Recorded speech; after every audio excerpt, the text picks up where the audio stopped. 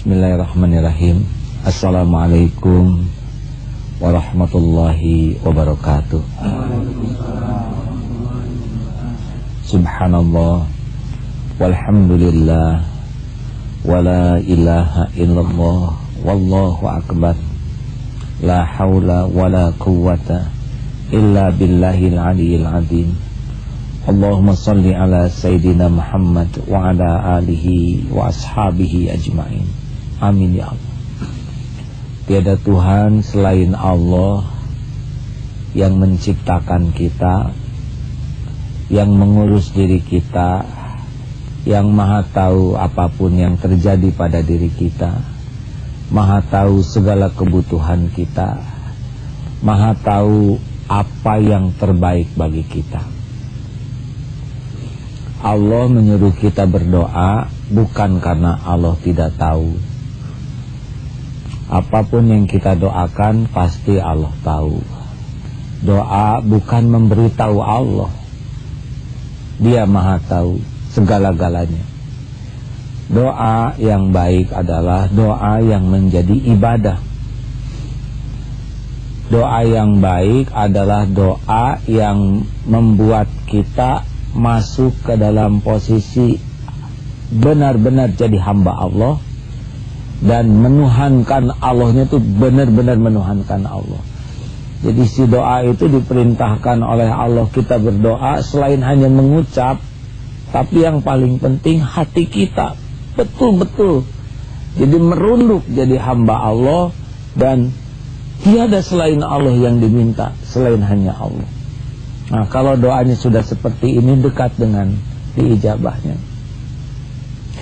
Karena tidak doa juga kita sudah diberi banyak. Lebih banyak yang tidak kita minta yang Allah berikan. Karena kita juga tidak tahu semua yang kita butuhkan. Tapi cukup dari dulu sampai sekarang. Dan kalaupun Allah menyuruh kita berdoa, pasti itu untuk kebaikan kita, bukan karena Allah membutuhkan sesuatu dari kita. Kita mengakui atau tidak kepada kebesaran Allah, Allah tetap maha sempurna. Tidak berkurang kemuliaannya karena kita membangkang, tidak bertambah karena kita taat. Doa itu adalah doa itu senjata bagi orang yang beriman. Dan disebut doa itu mukhul ibadah, saripatinya ibadah. Jadi seorang yang doanya ingin mustajab, jangan ragu terhadap janji Allah, ud'uni astajib lakum. Berdoalah kepadaku, pasti akan kukabulkan. Kalau Allah sudah janji, itu pasti terjadi. Jadi kita nggak usah ragu tentang jaminan dari Allah. Yang kita ragukan justru ini doa merubah diri kita atau tidak. Karena doa yang diijabah itu yang benar-benar doa hamba kepada Allah Tuhan.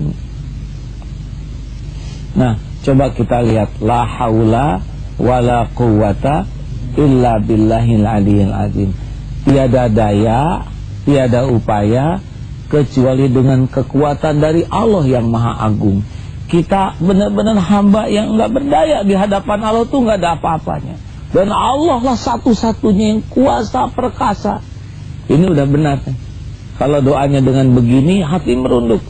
Yang kedua, ciri hamba itu tidak punya apa-apa. Kita ini miskin, papa lahir nggak punya apa-apa, mati nggak bawa apa-apa. Semua yang ada cuman titipan aja sebentar. Ini tubuh bukan milik kita. Kalau ini milik kita ya jangan tua lah. Enggak bisa. Semuanya ini genggaman Allah. Kalau kita berhasil dengan doa, ngaku bahwa saya tuh nggak punya apa-apa, cuma Engkau ya Allah yang memiliki, menguasai, Engkau yang maha kaya. Tiada selain Allah. Itu jadi doa yang bagus. Yang ketiga, kita ini bodoh. Seorang hamba benar-benar nggak ngerti kita ini. Coba 5 menit ke depan apa yang akan terjadi? Tidak tahu.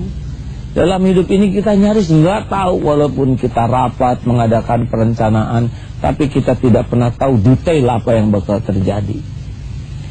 Hidup ini lebih banyak yang kita duga, yang tidak kita duga yang terjadi. Tidak terduga, nyaris kita tidak tahu rezeki kita di mana, makan apa nanti, bahaya apa. Benar-benar bodoh kita tuh. Kita tidak tahu bagaimana ini kuku bisa jadi, dari mana, bahannya apa. Ini aja nggak ngerti. Ini udara kenapa ada, nggak ngerti. Bodoh. Ketika kita mengakui bodoh di hadapan Allah dan mengakui hanya Allah yang maha tahu segalanya, itu saat doa jadi mustajab. Kita ini tersesat, nggak tahu gimana nih hidup yang benar tuh. Tapi Allah yang menunjuki. Tidak ada yang paling tahu jalan terbaik selain pencipta kita. Ngaku. Dan kita ini kotor. Kita membuat dosa, mata, telinga, semua dosa. Dan ketika kita ngaku saya ini orang kotor, hina, hanya Allah yang maha suci. La ilaha illa anta subhanaka inni kuntu minaz zalimin. Tiada Tuhan selain engkau ya Allah, maha suci engkau. Saya ini orang yang zalim.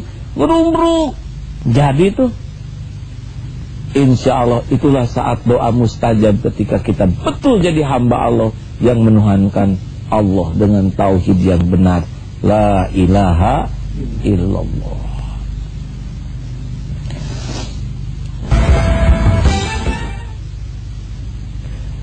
Doa itu doa husilahul mu'min. Doa itu senjata. Doa itu tiangnya agama, imaduddin. Doa itu nur samawati wal ardh, cahaya langit dan bumi. Jadi doa itu luar biasa, dahsyat sekali. Kalau telepon bisa delay, doa saat kita bicara enggak ada satu belahan bumi manapun yang luput dari kekuasaan Allah. Kita mendoakan anak, sekarang doa sekarang sampai, karena anak juga dalam genggaman Allah. Jadi doa itu dahsyat. Doa itu bisa merubah dari satu takdir ke takdir lain, penggenggam takdir Allah. Tapi Allah memberikan fasilitas. Doa dengan bala itu seperti tempur tuh, doa dengan musibah tuh. Mana yang kuat itu saling mengalahkan. Itu sabda Nabi. Jadi kalau doa kita bagus, itu takdir kita bisa mendapatkan takdir-takdir terbaik menurut Allah, bukan menurut kita. Nah makanya doa yang bagus itu tidak dilihat pada waktu doanya saja, tapi doa yang bagus itu akan kelihatan dari adabnya setiap saat kepada Allah. Hati yang selalu merunduk, rendah hati, hati yang selalu remuk di hadapan Allah, hati yang selalu malu. Jadi akan kelihatan ahli doa itu tidak hanya pada waktu doanya saja, tapi memang doa itu membuat merunduk hatinya tuh. Wah, kalau jumpa dengan orang seperti ini, kita minta didoakan, karena doanya bisa menjadi bagian takdir baik akan datang kepada kita, insya Allah. Silakan. Assalamualaikum warahmatullahi wabarakatuh. Waalaikumsalam warahmatullahi wabarakatuh. Saya mau tanya, bagaimana dengan orang yang tidak pernah berdoa, tidak pernah ibadah, tapi menurut perasaan saya selalu dikabulkan doanya, sedangkan kita yang sudah maksimal doa seperti belum dikasih. Itu gimana? Baik. Jadi banyak yang tidak berdoa dikasih oleh Allah, ya harta duniawi dikasih. Tapi apa artinya dikasih dunia kalau nggak dikasih iman? Tidak ada apa-apanya, dunia itu paling bisa memperbudak. Kita doa, kenapa belum dikasih? Pasti dikasih, tapi bentuknya harus yang cocok dengan apa yang Allah terbaik menurut Allah untuk kita. Nggak ada yang lebih sayang kepada kita selain pencipta kita. Anak minta granat, orang tua sayang, nggak dikasih apem, ya tidak cocok minta granat, datang apem. Karena Allah tahu, orang tua tahu granat ini menghancurkan dirinya. Jadi misalkan Pak Hari minta apa ke Allah, itu pasti didengar, nggak ada satupun yang tidak terdengar. Lah nggak minta juga dicukupi. Tapi kenapa nih saya ingin A yang datang B? Lah Allah tahu bahayanya A. Tapi kenapa saya udah minta nggak dikabul-kabul? Permintaan itu jadi penggugur dosa. Atau ditunda, enggak lah sekarang saya ini hutang kok lu tidak lunas saja. Karena Allah Maha tahu nih sepanjang punya hutang, kalau udah mau ditagih, waduh ke Allahnya tuh memelas merintih. Tapi sekalinya dilunasin enggak ada lagi memelas kepada Allah. Ya udahlah, jadi hutang terus. Harusnya waktu hutang memelas, lunas hutang, lebih memelas syukur. Seperti Rasulullah kan ibadah tahajud sampai bengkak kaki karena syukur. Jadi begitu Pak. Jangan, kenapa nih permintaan saya telat dikabulnya? Itu terbalik. Tidak mungkin ada telat bagi Allah. Ya, semuanya sempurna. Kalau kita merasa yang kita minta telat datangnya, bukan telat datangnya pertolongan Allah, tapi telatnya kita ngabdi ke Allah. Sholat telat tidak, taubat telat tidak, sedekah telat tidak, ikhlas telat tidak, tahajud telat tidak. Kenapa jadi nunggu-nunggu dari Allah yang maha baik, yang pasti sempurna waktunya? Justru pengabdian kita yang telat kepada Allah. Dan ingat ya, bahwa pemberian Allah yang paling bagus itu bukan dalam bentuk duniawi. Pemberian Allah yang terbaik itu dalam bentuk keyakinan ke Allah. Jadi kalau kita minta apa tapi dikasih sebaliknya, tapi hati jadi yakin, itu lebih berharga dari yang kita inginkan. Hati yakin tambah oleh Allah istiqomah, udah dapat. Jadi kalau orang dikasih iman yang teguh, keyakinan yang kokoh, bersih, lalu perbuatannya istiqomah, udah dapat itu. Dunia nggak ada apa-apanya lah, cuman bergilir aja sebentar, ngaku-ngaku gitu ya. Nah, sekarang ada yang nanya, kenapa nggak diijabah? Jangan nanya tentang janji Allah, udah pasti. Tanya tentang diri, halal tidak nih? Jangan-jangan nangis, makanan haram, pakaian haram. Ada yang sholatnya nangis di rumah, tahajud nggak dikabul, ternyata mau kena masjid, dibawa ke rumah, dipakai. Itu kopea, coba lihat namanya siapa, Samsul, kan namanya Harry, berarti punya orang. Atau kita masuk ke kamar mandi, punya teman, nggak bilang-bilang, pakai pasta gigi, pakai shampoo, pakai sabun, nempel di sekujur tubuh kita yang bukan hak kita. Itu penghalang juga tuh. Nah, lihat, karena yang haram-haram inilah yang akan menghalangi. Dan kalau doa harus benar-benar hati kita tuh bulat utuh, bahwa memang satu-satunya yang bisa menolong itu hanya Allah. Jadi jangan sampai mulut minta ke Allah, tapi hati ke makhluk. Ya Allah tolong, tapi ngarap-ngarap ke makhluk-makhluk. Padahal makhluk kan cuma jalan dari Allah, bukan sumber, tapi jalan. Sumber cuma satu, Allah. Nah makanya kalau kita minta ke Allah, kita bisa minta ke orang. Maaf ya, saya pinjam uang untuk bayar sekolah anak. Mulut bisa mengatakan, tapi hati nggak boleh ngarap-ngarap. Hati Allah. Kalau rezeki saya di sini, balikan hatinya. Kalau enggak apa-apa. Ini enggak, itu enggak apa-apa. Masih banyak jalan yang lain. Enggak boleh kita jadi putus asa. Kalau kita sakit hati, berarti kita berharap kepada Dia. Kalau kita gelisah, berarti kita berharap kepada selain Allah. Nah kalau doanya ke Allah, berarti dalam kesehariannya juga mantap tuh. Makanya kalau jualan juga, ya wirid saja. Nanti kalau rezekinya udah nawar, nggak jadi, pindah ke sebelah jadi, nggak apa-apa. Memang rezeki sebelah, ke kita mah rezeki nawar aja barusan. Ya, udah ada pahalanya kalau jujur. Makanya orang tuh jangan suka ngatur semuanya pengen sesuai dengan keinginan kita. Kita mah niat lurus, sempurnakan ibadah, sempurnakan ikhtiar, dan bersih tawakal. Sok doanya juga sempurna. Tapi dah nggak harus yang kita minta terjadi sesuai dengan keinginan. Yang penting terjadi apa yang terbaik menurut Allah.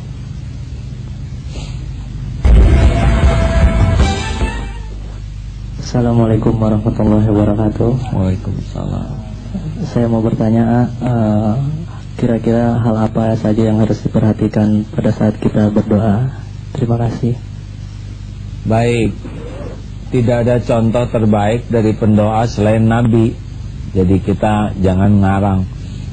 Kalau dari segi banyak tuh ya di buku doa tuh. Misalkan doa yang semakin serius, hati kita sungguh-sungguh yakin ke Allah. Ana inda dzanni abdi bi, aku sesuai dengan prasangka hambaku. Jadi kita harus husnudzon ke Allah tuh. Nah, orang yang husnudzon ke Allah itu kelihatan dari kepatuhannya. Jadi jangan kamu ada rezeki, Allah maha kaya, tapi maksiat terus, dia tidak berbaik sangka.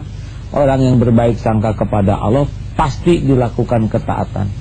Kemudian dari segi waktu udah jelas ya, banyak waktu-waktu mustajab, sepertiga malam terakhir, waktu sesudah sholat, waktu sujud, itu ada di buku doa.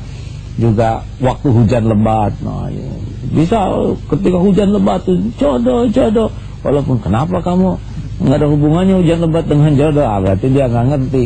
Hujan lebat itu salah satu, tapi pakai adab lah ya, jangan beda dengan frekuensi. Nah, kemudian saat berkecamuknya peperangan itu juga menjadi mustajab. Lalu hal-hal lain adalah yang juga tidak kalah pentingnya tempat yang paling bagus ya di Arafah, di Masjidil Haram. Itu ada kemarin kisah anak ingin sekali menghajikan ibu bapaknya. Ini punya motor, nggak punya ongkos. Kata temannya, jual aja motornya, kamu umroh sana, di sana berdoa di depan multajam. Berangkatlah umroh. Ya Allah, engkau tahu saya jual motor. Gak usah dibilangin gitu, Allah udah pasti tahu. Jauh-jauh saya kesini karena saya tahu ini tempat mustajab ya Allah. Saya minta hajikan ibu saya, engkau maha mengundang. Pulang, maha suci Allah tidak diduga, dapat itu hadiah dari tabungan, sebuah mobil minibus. Mobilnya dijual, ongkos haji buat ibunya, ongkos haji buat dirinya, dan beli motor baru. Subhanallah. Nah, memang di sana dimanfaatkan betul tuh. Jadi kalau mau umroh tuh di sana ada tempat mustajab ya. Kemudian tempat-tempat lain ya, di masjid tentu banyak malaikat. Selain di tempat-tempat mustajab itu juga yang tidak kalah pentingnya adalah di dalam berdoa, waktu, tempat adalah adab-adabnya. Kita menghadap kiblat lebih baik, kita dalam keadaan wudu lebih bagus, mengangkat tangan ada yang sependapat, ada yang tidak. Tapi Allah tuh benar-benar tidak menyia-nyiakan orang yang menengadahkan tangan kepadanya. Kemudian membaca, memuji Allah dulu. Allah sih nggak membutuhkan pujian, tapi pujian itu merupakan adab kita kepada Allah. Asmaul Husna dilanjutkan dengan tobat, lalu membaca sholawat. Makin kita menggunakan adab yang baik, jadi menunjukkan keseriusan kita kepada Allah. Walladzina jahadu fina lanahdiyannahum subulana. Dan orang yang sungguh-sungguh ke Allah, Allah lebih sungguh-sungguh lagi. Yang paling enak adalah Allah mengilhamkan kepada kita apa yang akan dia berikan. Pasti kejadian tuh. Subhanallah. Makanya kalau orang hatinya bersih, nanti kalau dia minta tuh apa yang Allah berikan, akan Allah berikan. Jadi mesti kejadian. Subhanallah. Baik, mudah-mudahan kita tidak ragu sama sekali. Doa aja, karena orang yang tidak mau berdoa, orang yang sombong, merasa tidak perlu ke Allah. Nyari apa, sendal, jarum, juga laporan sama Allah. Karena Allah tahu jarum yang tersembunyi di mana.